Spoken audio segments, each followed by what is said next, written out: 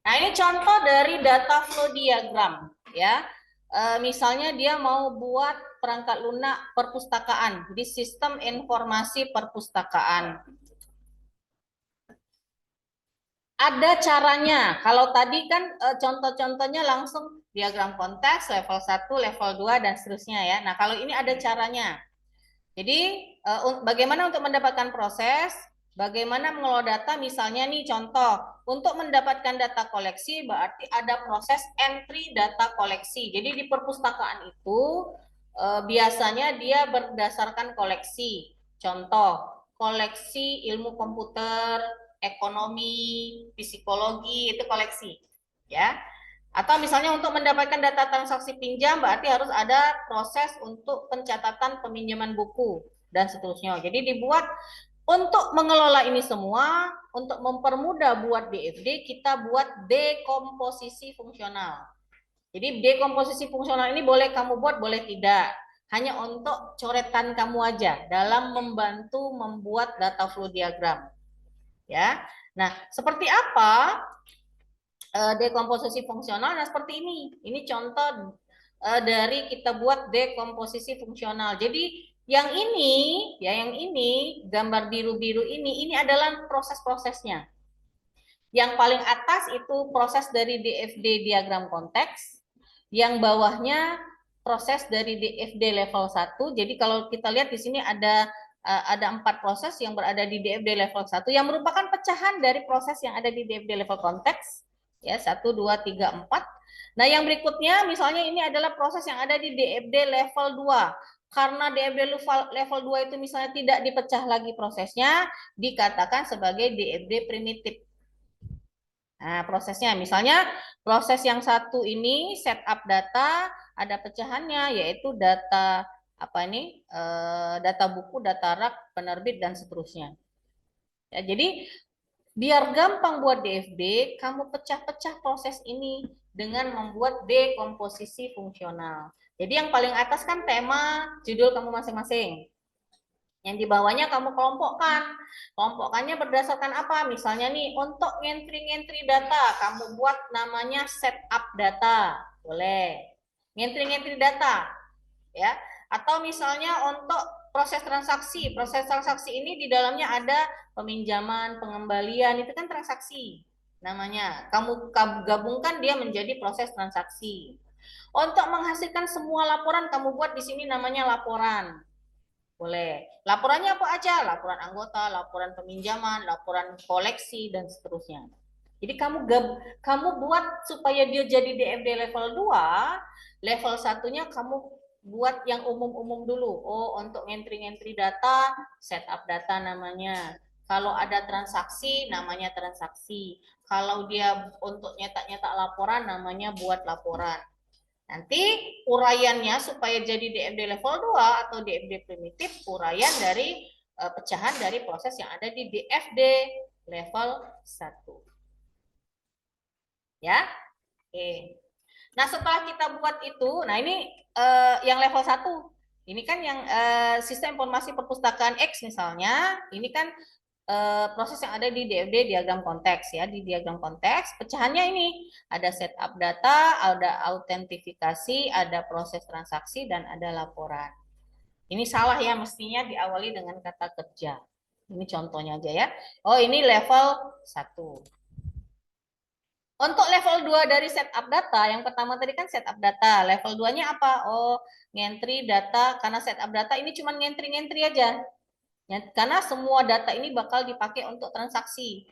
Apa yang dientrikan? Koleksi, data rak, penerbit, pengarang, register buku, dan login. Ya, DFD level 2-nya ya dari setup data. Ini DFD level 2 dari proses transaksi. Pendaftaran anggota, kan kalau mau jadi anggota pustaka harus daftar dulu ya. Pendaftaran anggota, mau minjem buku peminjaman, nanti ada proses pengembalian, pengadaan, dan seterusnya. Ini transaksi namanya. Yang berikutnya DFD level 2 dari proses laporan, nyetak laporan apa? Laporan perkembangan anggota, laporan peminjaman, laporan perkembangan koleksi. Jadi supaya gampang buat DFD, lebih baik kalian buat dekomposisi fungsional dari prosesnya masing-masing. Biar gampang, ya. Oke. Nah, setelah kita buat itu, baru kita buat external entity-nya atau entitas luar. Nah, simbol ini. Jadi misalnya diambil dari survei lapangan, siapa saja yang berinteraksi dengan sistem baik langsung maupun tidak.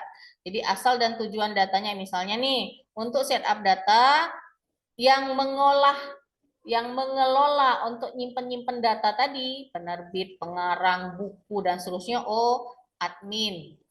Yang entry-entry-nya tadi adalah si admin. Misalnya, berarti admin bisa kita kategorikan sebagai external entity. Oke, yang memberikan data anggota siapa? Oh, anggota sendiri. Berarti nanti ada external entity namanya anggota dan seterusnya. Ya. Kemudian baru kita buat data flow-nya atau arus datanya atau aliran datanya. Misalnya nih, untuk mengkoleksi data tadi yang terlibat adalah tenaga admin. Maka admin perlu data apa untuk mengoleksi data? Oh, perlu data master. Data masternya terdiri dari apa? Data pengarang, data koleksi, data penerbit, data buku, dan seterusnya. Ya. Nah, contoh. Kecilnya ya. Contoh, di sini ini adalah contoh dari data diagram konteks, dari diagram konteks. Jadi kita buat diagram konteksnya, kan prosesnya tadi adalah temanya masing-masing. Nah, buat prosesnya sistem informasi perpustakaan X misalnya. External entity-nya siapa aja? Oh, ada admin, ada penerbit, ada manajemen, dan ada anggota. Uang perpustakaan ada di sini. Pegawai perpustakaan, kepala perpustakaan, ini ada di sini. Makanya tidak dikeluarkan sebagai external entity. Jadi yang terlibat, yang mengelola data perpustakaan tidak kita keluarkan dia sebagai external entity karena dia yang mengelola datanya. Paham ya? Kayak gaji tadi, bagian keuangan tidak kita masukkan dia sebagai external entity karena dia mengelola data gajinya. Atau yang KHS tadi, UPT MIS Bina Dharma tidak kita keluarkan sebagai external entity karena dia yang mengelola data kartu hasil studi mahasiswa, misalnya ya, seperti itu. Nah, setelah itu baru kita keluarkan. Nah, proses tadi kan ada 4 prosesnya ya, di DFD level 1. Nah, yang pertama setup data, yang kedua proses transaksi, yang ketiga pembuatan laporan, yang keempat adalah proses autentifikasi. Ya, buat namanya diawali dengan kata kerja. Nama proses diawali dengan kata kerja. Nah, dari sini dia ini masuk lagi nih external entity. Ya, external entity-nya masuk lagi. Data flow dari external entity masuk lagi ke situ. Masternya segala macam. Nanti nyimpen datanya di mana? Oh, nyimpen datanya pakai data store. Untuk nyimpen data rak kita buat data store-nya rak. Nyimpen data pengarang, pengarang. Data login, login, dan seterusnya. Ya. DFD level 2 proses 1. Proses 1 siapa tadi proses 1? Proses setup data. Nah, setup data kita uraikan lagi menjadi DFD level 2 proses 1. Ya. Apa proses satunya yang kita kembangkan? Yang pertama proses aktivasi hak akses. Kita buat nomornya 1.1 karena dia uraian dari proses 1. Ya, 1.1. Diuraikan apa lagi? 1.2. Nyimpen data pengarang, nyimpen data koleksi 1.3 dan seterusnya. Nyimpen datanya di data store. Namanya ada pengarang, ada penerbit, ada rak, ada koleksi, dan seterusnya. Sebenarnya ini pengarang ini bisa kita masukkan jadi 1 juga boleh. Karena sama, pengarang 1, pengarang 2 itu sama. Ya, kamu lihat aja nanti. Ini DFD level 2, proses 2 juga seperti itu, diuraikan menjadi berapa proses? Ini 5 proses, ya, beserta dengan external entity dan data flow-nya. Kemudian level 2 proses 3 yang laporan tadi ya.